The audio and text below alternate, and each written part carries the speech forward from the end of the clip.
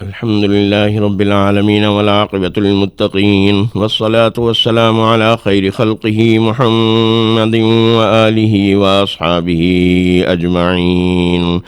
أما بعد فأعوذ بالله من الشيطان الرجيم. بسم الله الرحمن الرحيم. حميم عين سين قاف كذلك يوحي إليك وإلى الذين من قبلك الله العزيز الحكيم. له ما في السماوات وما في الأرض وهو العلي العظيم. تكاد السماوات يتفطرن من فوقهن والملائكة يسبحون بحمد ربهم ويستغفرون لمن في الأرض ألا إن الله هو الغفور الرحیم. صدق اللہ العظیم. ان آیات کریمہ کا ترجمہ سماعت فرمائیے. حامیم عین سین قاف یہ حروف مقطعات ہیں. ان کا صحیح علم صرف اللہ کو ہے. اسی طرح آپ پر اور جو پیغمبر آپ سے پہلے ہو چکے ہیں ان پر اللہ تعالی جو زبردست ہے، حکمت والا ہے، وحی بھیجتا ہے. اسی کا ہے جو کچھ آسمانوں میں ہے اور جو کچھ زمین میں ہے. وہی سب سے برتر عظیم الشان ہے. ایسا لگتا ہے کہ آسمان اوپر سے پھٹ پڑیں گے اور فرشتے اپنے پروردگار کی حمد کے ساتھ اس کی تسبیح کر رہے ہیں اور اہل زمین کے لیے معافیاں مانگتے ہیں. خوب سمجھ لو کہ اللہ ہی معاف کرنے والا، رحمت کرنے والا ہے.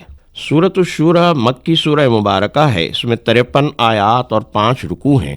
ترتیب تلاوت کے اعتبار سے اس سورہ مبارکہ کا نمبر 42 ہے. اس سورہ مبارکہ کے نزول کا وقت کیا ہے اس کا صحیح علم کسی مستند روایت سے تو نہیں ہوتا، البتہ مضامین پر غور کرنے سے معلوم ہوتا ہے کہ یہ سورہ مبارکہ حامیم السجدہ کے فوراً بعد نازل ہوئی. اگر پہلے سورہ حامیم السجدہ کا اور اس کے بعد سورۃ الشورى کا مطالعہ کیا جائے تو صاف معلوم ہو جاتا ہے کہ اس سورہ کے مضامین سورہ حامیم سجدہ کے مضامین کا تتمہ اور تکملہ ہیں. اس سورت کی آیت مبارکہ نمبر 7 کی ایک عبارت لتنذر ام القری ومن حولہا سے محسوس ہوتا ہے کہ رب کائنات مکے کے ارد گرد رہنے والوں کے سامنے یہ واضح کرنا چاہتا ہے کہ نبی کریم رؤوف الرحیم علیہ الف الف تحیت و تسلیم کی دعوت کتنی سنجیدہ اور آپ کا موقف اور نظریہ کس قدر معقول اور مدلل ہے. اس کے جواب میں اہل مکہ کا ضد و عناد اور ان کی ریشہ دوانیاں بھی اور ان کا مسلسل اور نامعقول انکار بھی مسلسل سامنے آ رہا ہے. انہی مضامین کو سورہ حامیم سجدہ میں واضح کیا گیا تھا اور ان کی مزید تفصیلات اب سورۃ الشورى میں بیان کی جا رہی ہیں. سورہ مبارکہ کا آغاز حامیم عین سین قاف کے حروف مقطعات سے ہوتا ہے. حروف مقطعات کا صحیح مفہوم یا اس کی صحیح مراد اللہ ہی کو معلوم ہے. قرآن کریم کا یہ اسلوب بھی ہمیں صورتوں کے آغاز میں نظر آتا ہے کہ حروف مقطعات کے فوراً بعد پہلے قرآن کریم کی عظمت و جلال، اس کی حجیت و حقانیت کو بیان کیا جاتا ہے اور پھر سورہ مبارکہ کے اصل مضمون کو شروع کیا جاتا ہے. اسی اسلوب کے تحت حامیم آیت مبارکہ نمبر 1 اور عین سین قاف آیت مبارکہ نمبر 2 کے بعد آیت مبارکہ نمبر 3 میں قرآن کریم کے وحی الہی ہونے اور اس کی عظمت کو بیان کے ارشاد فرمایا گیا. ارشاد ہوا کذالک یوحی الیک وإلی الذین من قبلک اللہ العزیز الحکیم. اللہ رب العزت اسی طرح آپ پر اپنی آیات مبارکہ نازل فرماتے ہیں جس طرح آپ سے پہلے انبیاء علیہم السلام پر نازل کی جاتی تھیں. آپ کی نبوت و رسالت کی حقانیت کی یہی دلیل کافی اور بڑی مضبوط دلیل ہے کہ آپ پر بھی رب کائنات کی جانب سے وحی الہی کی صورت میں اس کی آیات مبارکہ نازل ہوتی ہیں جس طرح انبیاء سابقین علیہم السلام پر نازل ہوتی تھیں. جس طرح اللہ کی وحی کا نزول ان کی حقانیت اور ان کے اللہ کا برگزیدہ رسول ہونے کی دلیل و برہان تھا، اسی طرح آپ پر نازل ہونے والی وحی الہی بھی آپ کی نبوت و رسالت اور آپ کے برحق پیغمبر خدا ہونے کی دلیل و برہان ہے.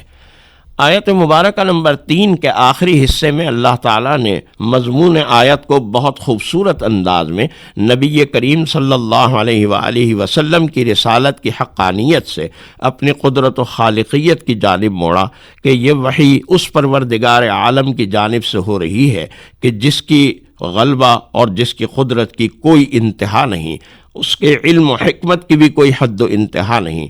آیت مبارکہ نمبر 4 میں حق جل مجدہ نے اپنی شان عظمت کو مزید واضح کرتے ہوئے ارشاد فرمایا، لہو ما فی السماوات و ما فی الارض وہو العلی العظیم، آسمانوں اور زمین میں جو کچھ بھی ہے سب اسی کا ہے، وہ برتر ہے، عظیم ہے۔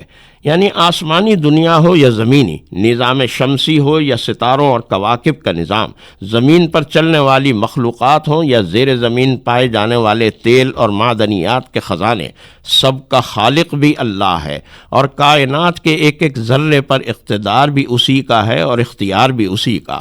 سورہ حامیم سجدہ کے آخری کلمات انہو بکل شیء محیط میں کائنات کے ایک ایک ذرے کو اللہ کے احاطہ علم میں شامل اور داخل کیا گیا، جبکہ سورۃ الشورى کے آغاز میں کائنات کے ایک ایک ذرے پر اس کے احاطہ قدرت و خالقیت اور ربوبیت و حاکمیت کو بیان کیا گیا۔ وہو العلی العظیم میں اس کی برتری اور عظمت کو بیان کیا گیا کہ جس طرح اس کے علم، اس کی قدرت و خالقیت، اس کے غلبہ و اقتدار کی کوئی حد و انتہا نہیں، اسی طرح اس کی بلندی اور عظمت شان کی بھی کوئی حد و انتہا نہیں۔ آیت مبارکہ نمبر 4 میں عظمت شان کو بیان کرنے کے بعد اہل مکہ کے عقائد و نظریات کے خطرناک اور باطل ہونے کو بیان کرتے ہوئے آیت مبارکہ نمبر 5 میں ارشاد فرمایا گیا، تکاد السماوات یتفطرن من فوقہن۔ آیت مبارکہ کے اس حصے کے 2 معنی بیان کیے گئے ہیں۔ ایک معنی جس کی طرف آگے کے الفاظ میں اشارہ بھی کیا گیا یہ ہے کہ آسمانوں پر فرشتوں کی اتنی بڑی تعداد ہے، کوئی اللہ کے سامنے سجدہ ریز ہیں، کچھ اللہ کی تسبیح و تحمید بیان کر رہے ہیں۔ ان کے وزن سے یا ان کے ذکر و تسبیح کی گنگناہٹ سے، جسے آج کل کی زبان میں وائبریشن کہا جاتا ہے، اس قدر شدید ہے کہ اس کے اثر سے آسمان پھٹ جائیں۔ دوسرے معنی یہ بیان کیے گئے کہ یہ کفار و مشرکین کبھی چاند سورج کو اللہ کی ذات میں شریک کرتے ہیں، کبھی بے جان مورتیوں کو اپنا معبود قرار دیتے ہیں، کبھی اللہ احد و صمد کے لیے بیٹے اور بیٹیاں تجویز کرتے ہیں۔ ان میں سے ہر نظریہ اور سوچ اتنی گستاخانہ اور خطرناک ہے کہ اس سے آسمان دنیا پھٹ جائے اور پورا نظام شمسی تباہی اور بربادی کا شکار ہو جائے۔ آیت کے اس معنی کی جانب اسی آیت مبارکہ کے آخری الفاظ الا ان اللہ هو الغفور الرحیم میں اشارہ کیا جا رہا ہے کہ اگر اللہ کی رحمت و مغفرت اتنی وسیع اور عام نہ ہوتی تو ان عقائد و نظریات کو اختیار کرنے اور ان کا پرچار کرنے کے فوری بعد ان پر آسمان سے جس چھتری کی صورت میں ان کی حفاظت ہو رہی ہے پھٹ جاتا، بنی نوع انسان ان رحمتوں اور برکتوں سے محروم ہو جاتا جو آسمانوں سے ان پر نازل ہو رہی ہیں۔ اگر اللہ کی رحمت و مغفرت ان کے شامل حال نہ ہوتی اور فرشتے ان کے لیے مغفرت کی دعائیں نہ کرتے تو یہ لوگ فوراً اللہ کے عذاب اور اس کے غیظ و غضب کا نشانہ بن جاتے، لیکن وہ بڑا غفور الرحیم ہے، جہاں اہل ایمان کے قصور اور ان کے گناہوں کو معاف کرتا رہتا ہے، کفار کو بھی مہلت دیتا رہتا ہے۔ ان کفار کا اصل جرم کیا ہے اس کو اگلی آیت مبارکہ میں بیان کیا گیا، جس پر کل انشاءاللہ گفتگو ہوگی۔ وآخر دعوانا ان الحمد للہ رب العالمین۔